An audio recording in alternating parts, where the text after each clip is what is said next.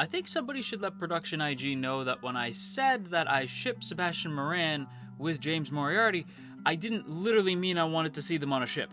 Although, this episode is really great, though. So yeah, hello everybody, welcome back to the channel, welcome back to another one of our weekly Moriarty the Patriot discussion videos. Today we're talking all about episode 5, the Noatic, the Noatic Act 1.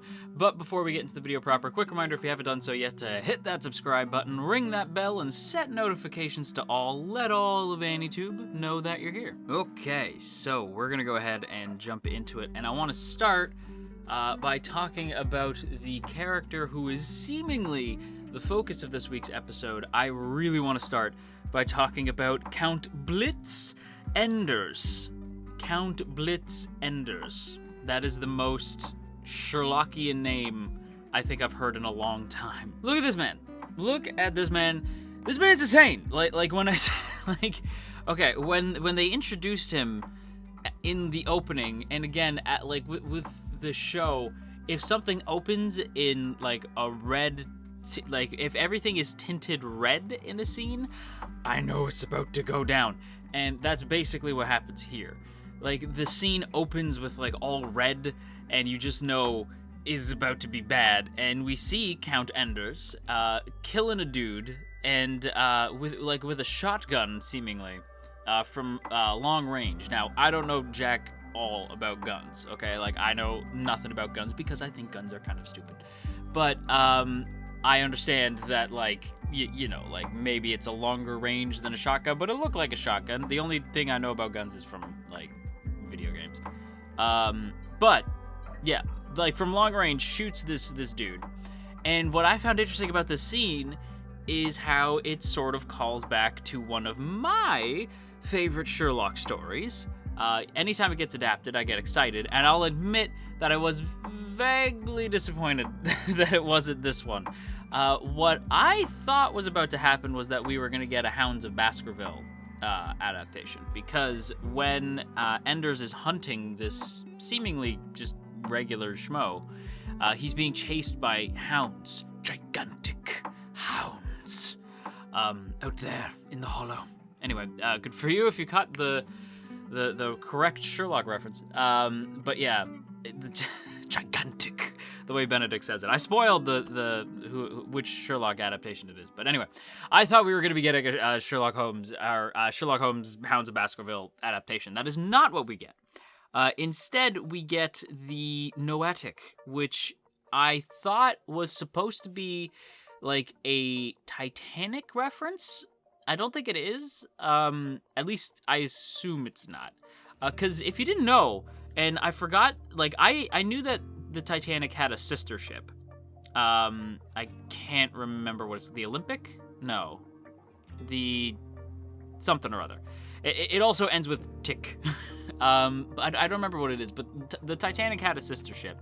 So I thought maybe that was the Noatic, and I just didn't know what it was, but when I looked up Noatic, it didn't actually bring anything up. So there is no Noatic, whatever ship. They made it up for the story. But in fairness, like, these cruise liners were very, very popular with high class back in the day. So even if they made it up, it's not that far of a leap to assume that this could, like, a ship like this could have existed. And the big catch with this is that this is going to be the first on-sea ballet, the first ballet on a cruise ship. And so that's what's getting all these, like, high class, high society folk to attend. And the setting of the ship is brilliant. I love the setting of the ship. Because, okay, there's two settings that I love that when it comes to mysteries, we don't see enough of. The first is trains. I love trains, especially when it's in a mystery setting. Trains are great. Trains are fantastic for, like, a close, like a real, like, closed room mystery type of thing. Trains are awesome. The only thing that rivals trains are boats, specifically cruise liners, and the fancy cruise liners like the Noatic and the Titanic and stuff like that. So having this set on a ship, brilliant, because we already know that Moriarty the Patriot does excellent work with its settings. Like Moriarty the Patriot has great use of setting, has great use of tone. So seeing one of their mysteries, quote unquote mysteries, because again, as we know with Moriarty the Patriot, it's not about who done it, it's about how done it and why done it. So again, the mystery not quite like a mystery. We know it's Enders from the jump, but we know that they do well by setting up like great you want to understand why they're doing what they're doing. You like, and not even so much in this case, it's less of why Enders is doing what they're doing as much as you want to understand why Moriarty and the gang are doing what they're doing. And I should state that they couldn't have picked a better target to begin their attack on the class system than Count Blitz Enders. Again, that name is insane. Because, wow, this is probably the most outwardly classist character in the whole show, honestly. Like, the original William Moriarty, like Little Will, he was a real piece of work, but he was also like a child, so like at least I can sort of chalk up some of his cruel nature to that, I guess, because kids suck. But I think Blitz Enders might be the most outwardly classist, because like all the other characters are like all the other nobles that we've seen. Well, I shouldn't say all of them. A good majority of the nobles that we have seen have been classist, but like Count Blitz Enders, and yes, I have to say it like that, Count Blitz Enders is probably the most outwardly classist. And I say that because, oh my god, the things this dude says. He like legitimately whispers to this little girl who accidentally spilt grape juice on this fool, if we cross paths again, I will kill you. And I'm like, bro, I know I just said that kids suck, but kids are also kids. You don't say that crap to kids, you're gonna traumatize them, you jerk. And like, I have to stress, by the way, as I was watching this performance, I was like, I know that voice. I know that voice. Who is that voice? And I was sitting there struggling, and I couldn't quite pinpoint it, but I knew it sounded familiar. It's Tatsuhisa Suzuki, one of my favorite seiyus, and I didn't even recognize him because he's playing such an evil SOB. And I know that Suzuki has likely played evil characters in the past. I haven't really seen that. The characters that I know him as are Makoto from Free, my toppest tier golden husbando, the husbando that reigns above all other husbandos, Makoto Tachibana. That's who I know Suzuki for. I should also state that he does play Prosciutto in Part 5, but with Prosciutto, it's like, yes, the Assassin Gang in Part 5 are like the antagonists, but they're not like the main antagonists, nor are they really outwardly evil. You know what I mean? That's all I'll say. So like, at least with Prosciutto, I understood what he was doing, and it's so like, even if we want to say like he's played bad before, I still sort of I love Prosciutto. I really love Prosciutto. He's probably my favorite he's one of my favorite characters in all of Part 5. So even if we're saying that he's played antagonists before, not like this. Even if you want to say that he's played nobles before, again, not like this. Because don't forget, Suzuki also played Alan Stewart in Hamefura, which I missed terribly. Can't wait for season 2. But Alan is my boy, and I love Alan. And Alan is a noble, but he's not as much of a dick as Count Blitz Enders. Count Blitz is he's a real SOB. I find it interesting too that his name is Enders, like Count Blitz Enders. It's so close to embers, you know what I mean? As though Moriarty's like, I will use this ember to start a fire, you know? Like that's, I don't think that that's on purpose. I think it's just Enders is a cool name. But you know what else I find interesting? Sherlock. We actually properly get to meet Sherlock this week, and I have to ask right away, why does Sherlock look like me with a messy bun? Like, listen, man, I know that some of you guys only know me for the VTuber, like the VTuber model. That's cool. A lot of you guys have seen me rocking the bun before, if you've been to our Twitch streams. I don't really appear on camera as much. I like the VTuber thing more, and yeah, I don't know, but like when I would be on stream, I would usually put my hair in a bun, and sometimes it would get messy and you'd have like the bangs sort of pop out. Yeah, that's Sherlock in the show. And at first, like, when I saw him in the OP, I was like, I don't know how I feel about the hair. Like, you know what I mean? It's not very Sherlock-y. So I was like, I don't know how to feel about that hair. And I don't see a Deerstalker cap, so I don't know. Watson looks great. Like, we don't see Watson in this episode, but in the OP, I'm like, Watson looks dead on. Like, that's perfect. But Sherlock, I wasn't super sure until I saw this performance. Makoto Furukawa, also another great seiyuu, who's done stuff like Hatsuharu from Fruits Basket, Shirogane from Kaguya, which I think is really interesting to note. Because in Kaguya, Shirogane is really, like, the way that Furukawa plays Shirogane is sort of how I imagined he was going to play Sherlock.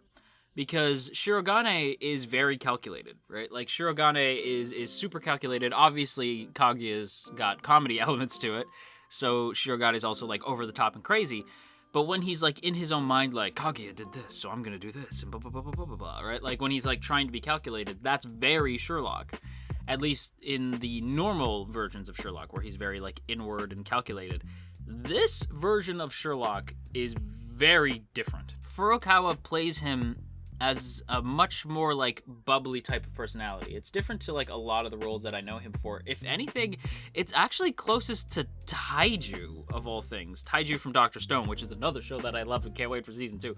But just, it's sort of, like, he is smart. You do see the intelligence in the character, but you also see the sort of, like, need for attention.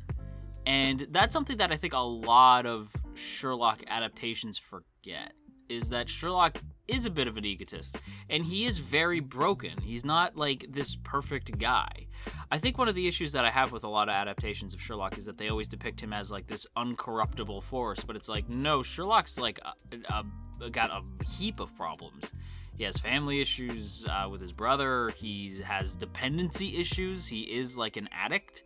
And I was happily is a bit of a stretch, but, like, I was pleasantly surprised when Moriarty is sizing him up after he sizes Moriarty up. And Moriarty says, like, you might have a slight chemical dependence, right? And I'm like, because, yeah, Sherlock has a drug problem and always has. Like, even in the Doyle books, like, always has. I don't remember what the poison of choice is, unfortunately. I feel like a bad Sherlockian. I think it's opium, I don't super remember.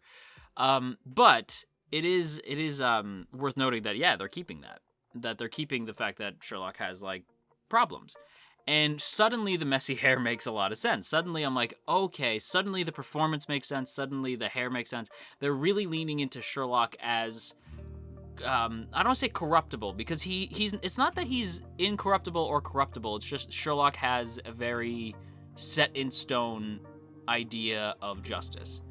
And I like that, even though that they're keeping that, clearly, I love that they're showing that he is human, that he has issues, and, you know, he finds Moriarty interesting immediately, right? Like, when Moriarty sizes him up, he's shocked, right? And he's, like, intrigued, and he, like, you could tell he wants to stay, right? Like, when the girls try to whisk him back upstairs to, like, try to see, first of all, I wish I was that good. Like, I've seen people who can do that, who can, like, look at somebody and, like, tell a lot about them just based off their appearance.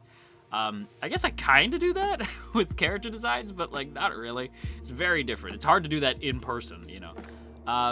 But I do think it's interesting how they show that Sherlock wanted to stay. You know, like, even though, like, the girls are like, let's go upstairs and, like, try to figure out, like, if you can guess other people's occupations. And he's like, no, but, like, I want to stay. And he even says, like, so long, Mr. Mathematician. And Moriarty's like, yeah, we'll talk later. Right? And then, of course, Moran's like, is he hitting on my boyfriend? Like, of course. And I was right, that it was going to be Will, that Will would be the Moriarty that Moran is the right-hand man of. Because, again, in fanon, right, this isn't necessarily in canon. Like, in canon, yes, Moran is Moriarty's right hand. But in fanon, it goes a little further than that. In fact, it's one of my biggest issues with BBC Sherlock is that they never properly had the Moriarty-Moran dynamic. We're not here to talk about BBC Sherlock. We're here to talk about friggin' Moriarty the Patriot. This episode's fantastic. I loved it so much. And the way it ends with Moriarty like, oh, this is quite the situation. When he finds Count Britt's End's having killed somebody. Killed the guy who they set up, right? It's like, who is also a bad dude. Like, you just see Moriarty, like, pulling strings, right? Like, the crime consultants, like, doing what he does best. And it's so good. I can't wait for next week. And if you notice, they didn't show us clips of next week like they normally do. They left that ambiguous. I like that. But with that said, everybody, that is going to wrap up my thoughts here. So I hope you guys enjoyed. If you did, don't forget to boop that up snoot. Share if you care. Leave a comment down below. And of course, as always, go ahead and hit that subscribe button, ring that bell, and set notifications to all. Let all of AniTube know that you're here. We're so close to that 25K before the end of the year goal. We can do it. We're close. We're closing in. And of course, before I go, as always, I have to give a big thank you to the good folks in the T Squadron. Look at these beautiful people. Look at all these beautiful names. And hey, if you would like to join these beautiful people, there are now 2 ways to do so. The first is by hitting that Patreon link in the description, and the second is by hitting that join button right beside the sub button to get a badge next to your name, some emotes to spam in the comments, and of course your name scrolling past the screen here. So if that sounds cool to you, go ahead and hit that join button or check out the Patreon link. Either way, it is super appreciated. So once again, a big thank you to the good folks in the T Squadron, but that's it for me. So until next time, you stay classy, AniTube, wash your dang hands, and if you're going on a boating trip, avoid the ballet. I have a feeling it's gonna be a bad time.